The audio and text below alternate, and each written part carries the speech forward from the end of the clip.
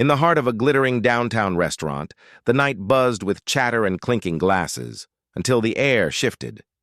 A sharply dressed couple strode in as if they owned the place. They brushed past the staff, ignoring polite requests to wait, and seated themselves at the restaurant's most coveted table, one reserved weeks in advance for only the wealthiest guests. Moments later, a tall, quietly confident black man entered, scanning the room with calm eyes. The servers rushed toward him, but the couple waved them off. A hush fell as tension crackled between strangers who had no idea whose presence they were challenging and what would unfold next. The evening had started like any other for Adrian Cole, though known in business circles as one of the city's most visionary investors. He preferred simplicity in public, dark jeans, a fitted blazer, nothing to hint at the empire he ran. He had returned to the city where his entrepreneurial journey began, craving not attention but a quiet dinner at his favorite restaurant, a place he had personally helped save from closure during hard times. This restaurant was more than a dining spot. It was part of his story. The VIP table near the window overlooked the skyline he once saw from a cramped studio apartment, dreaming of what he might one day build. Tonight was meant to be a private celebration of perseverance. Across town, Laura and Evan Carter, an affluent-looking couple who had recently relocated to the city, were determined to make an impression. They loved the glamour of exclusivity, arriving at popular venues unannounced and expecting to be treated like celebrities. To them, a reserved table was an obstacle, not a rule. As they entered the restaurant that evening, their eyes locked immediately on the table with the best view, the very spot the staff had prepared for Adrian. Before the hostess could explain, the couple swept past her with the kind of practiced entitlement that left even seasoned staff speechless. In the kitchen, the maitre d' debated what to do. Confronting new, wealthy-seeming customers was always tricky, especially when the man they were displacing hadn't yet arrived. The tension built quietly as the restaurant's regular patrons sensed that a disruption was brewing, unaware that the real drama would begin only when the rightful guest finally walked in. Adrian's car pulled up just as the skyline glowed gold against the evening sky. He paused at the entrance, taking in the familiar warmth of the restaurant before stepping inside.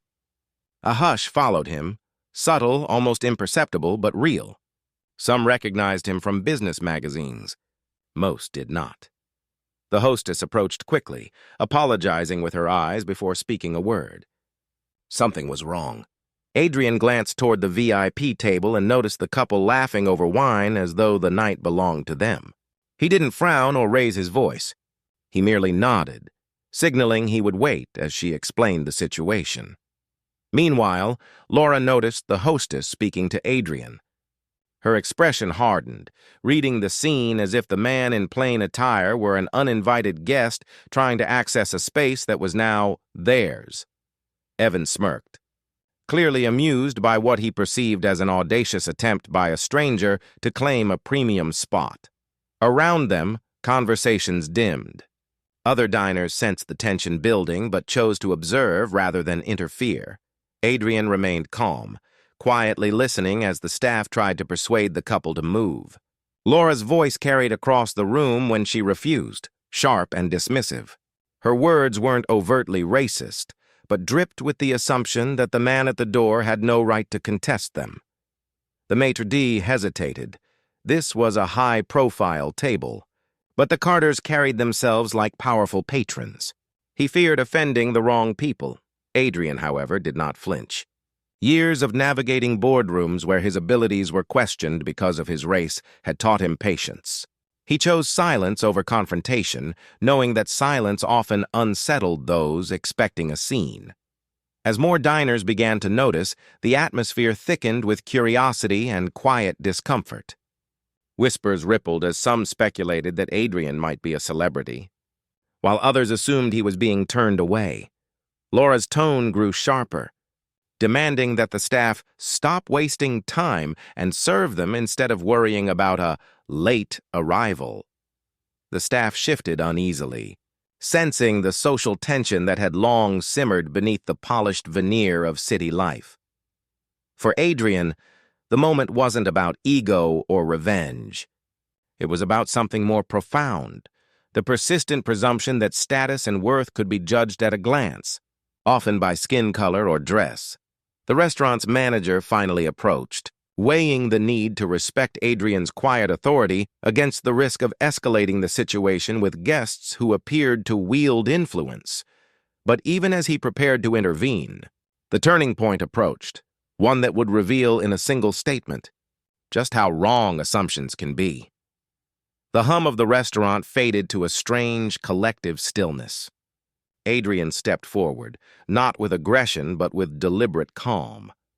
His voice, when he spoke, was measured and even, yet carried the unmistakable weight of authority.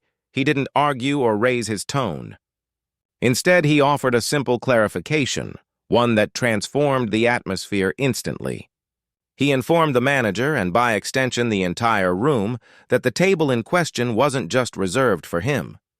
The reservation existed because, quite literally, he owned the establishment. The revelation struck the air like a stone breaking glass. Conversations froze mid-sentence. Glasses paused halfway to lips. The staff straightened as realization dawned on their faces.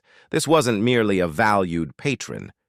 This was the man who had kept their workplace alive through investment and vision. The couple's confident posture wavered. Laura's earlier indignation drained into a flush of embarrassment. At the same time, Evan shifted uncomfortably, suddenly very aware of the stares gathering from neighboring tables. There was no gloating in Adrian's expression. His composure only deepened the weight of the moment.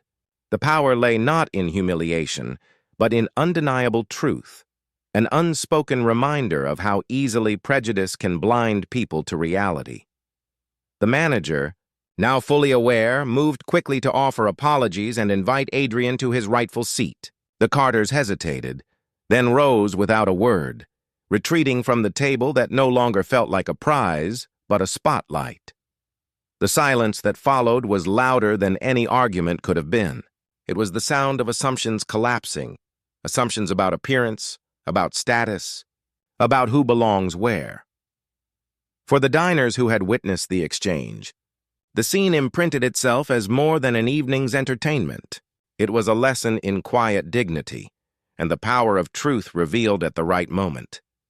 Adrian finally sat at the table by the window, not as a victor in a confrontation, but as a man returning to a place that symbolized his journey. The skyline beyond the glass shimmered like a silent witness to the night's events. The restaurant staff, visibly relieved, served him with renewed respect, though Adrian's demeanor never shifted from calm courtesy. To him, the moment was less about personal vindication and more about exposing the subtler layers of prejudice that still linger in modern society. The Carters left quietly, their earlier bravado replaced by a hush that carried the weight of reflection. Though they slipped into the night without a public apology, their departure spoke volumes about the impact of their own misjudgment. Word of the incident spread beyond the restaurant in the days that followed, whispered first by diners who had witnessed it, and later, carried by staff recounting the night. The city's quiet billionaire revealed his presence, yet Adrian declined every invitation to turn the moment into a public story. He believed the real lesson had been delivered not through headlines, but in the stillness that followed his words. This moment urged everyone present to question their assumptions about worth and identity. For many in that dining room, the experience lingered as an unspoken reminder. Wealth, influence, and dignity cannot be measured by appearances, and the most powerful statements often require no anger, only truth. As the evening wound down, Adrian lingered over his meal, gazing at the skyline that had once represented both challenge and hope. He knew that progress came not from dramatic gestures, but from moments like this, when prejudice was quietly, undeniably unmasked. In the end, the incident became a poignant yet private testament to the idea that respect must be extended before status is revealed, that decency should not be contingent upon titles or wealth. And perhaps the most significant impact of that night was left in the minds of those who had watched, an unanswered question echoing long after the tables were cleared. How often do we misjudge the people around us simply because we think we know who belongs where?